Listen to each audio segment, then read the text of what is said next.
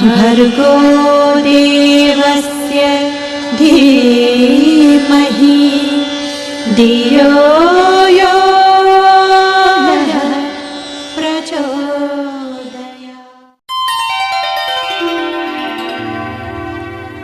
अखण्डमण्डलाकारं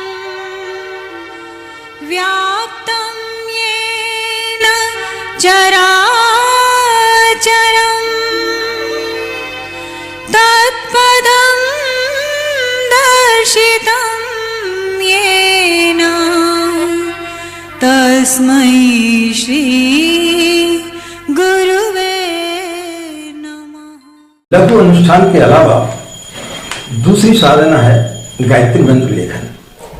गायत्री मंत्र लेखन की साधना लघु अनुष्ठान की जो हम साधना करते हैं उससे 10 गुना ज्यादा लाभ देती है, क्योंकि जब हम मंत्र लेखन करते तो हमारा दिमाग, हमारा मुंह और हाथ जो है वो सब उसमें व्यस्त रहते हैं। उस समय हमारे विचार इधर उधर नहीं भटकते, जबकि अन्य साधना में हमारा मन इधर उधर भटकते रहता है। तो आप यदि 9 दिन की मंत्र लेखन की साधना करना चाहते हैं तो आपके आसपास कोई भी गायत्री शक्तिपीठ हो, वहां से मंत्र लेखन की कॉपी लेकर के आ जाए।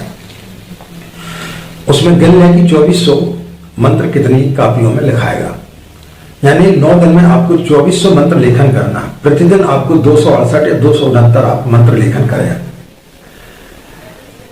तो मंत्र लेखन के लिए आपको क्या करना, जिस प्रकार से हमने लघु अनुष्ठान के बारे में बताया, वैसे आप एक पाटे पर जो है आप अपना गायत्री माता का चित्र रख लें, पीला कपड़ा बिछा लें, कलश रख लें, दीपक जला लें और उसी के समक्ष बैठ करके कोई सामने ऊंचा कुछ पाटे इत्यादि रख लें, जिसके ऊपर जो है आप कापी रख लें, ताकि आपको लिखने में दिक्कत ना हो, आपकी कमर में समस्या ना हो। और लाल पेन से जो है आप उसमें गायत्री मंत्र का लेखन करें। 268 को जो है आप 3 भागों में विभक्त कर सकते हैं, यानी 2400 मंत्र आपको 9 दिन में पूरे करना। एक दिन में आपको 268 या 269 के आसपास आप कैलकुलेट कर लीजिएगा, इतने ही आते हैं। तो उसको जो है आप विभक्त कर लीजिए, 3 भागों में करना चाहते हैं, एक ही भाग में करना चाहते हैं या 2 भागों में आप करना चाहते हैं। इस प्रकार से विभक्त करके आप प्रतिदिन 9 दिन तक जो है आप गायत्री मंत्र लेखन करें। इसमें नियम क्या है और सावधानी हमें क्या क्या रखना चाहिए। जब आप गायत्री का अनुष्ठान करते हैं तो आपको सबसे पहली शर्त है, आपको ब्रह्मचर्य का पालन करना चाहिए, चाहे वो स्त्री हो या पुरुष हो। 9 दिन तक ब्रह्मचर्य का पालन करना चाहिए। भूमि शयन करना चाहिए, जहां तक संभव हो आपको नीचे सोना चाहिए या फिर लकड़ी के पाटे पर बने हुए किसी चीज पर आपको सोना चाहिए। ऐसो आराम वाले पलंग पर आपको नहीं सोना चाहिए। अपने काम स्वयं करना चाहिए। दाढ़ी इत्यादि यदि आप बनाते हैं तो अपना काम स्वयं करें, अपने कपड़े स्वयं धोएं, अपना हर कार्य जो है आप स्वयं करें, दूसरों के लिए आप परेशान ना करें। क्रोध इत्यादि से आपको बचना चाहिए। विलासिता भरा जीवन आपको नहीं जीना चाहिए। इस समय छल कपट आपको नहीं करना चाहिए, झूठ नहीं बोलना चाहिए। सत साहित्य का अध्ययन करें, कुविचारों से आप बचें, उल्टे सीधे सीरियल इत्यादि ना देखें, उल्टे सीधे साहित्यों को, उन किताबों को ना पढ़ें जिससे कि आपके अंदर उत्तेजना पैदा हो। मांस मदिरा का सेवन बिल्कुल भी ना करें। लहसुन प्याज से बनी हुई चीजों का इस्तेमाल नहीं करें। पूजा स्थिति आपकी एकदम से साफ सुथरी होनी चाहिए और पूर्व मुख होकर के आपको पीले वस्त्र पहन करके, कोरे वस्त्र पहन करके बैठना चाहिए।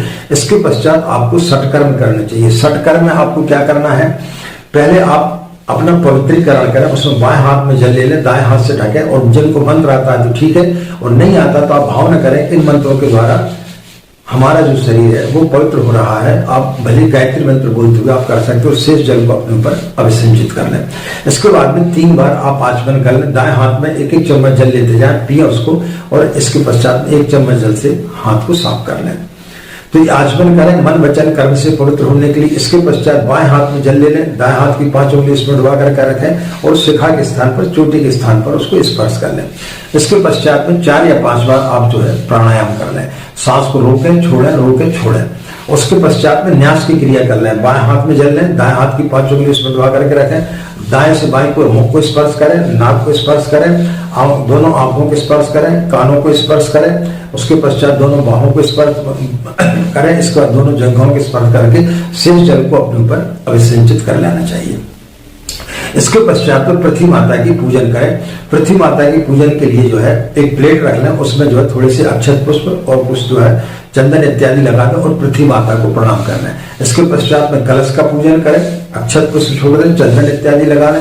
उसके पश्चात में दीपक का पूजन करें, चंदन इत्यादि लगा लें।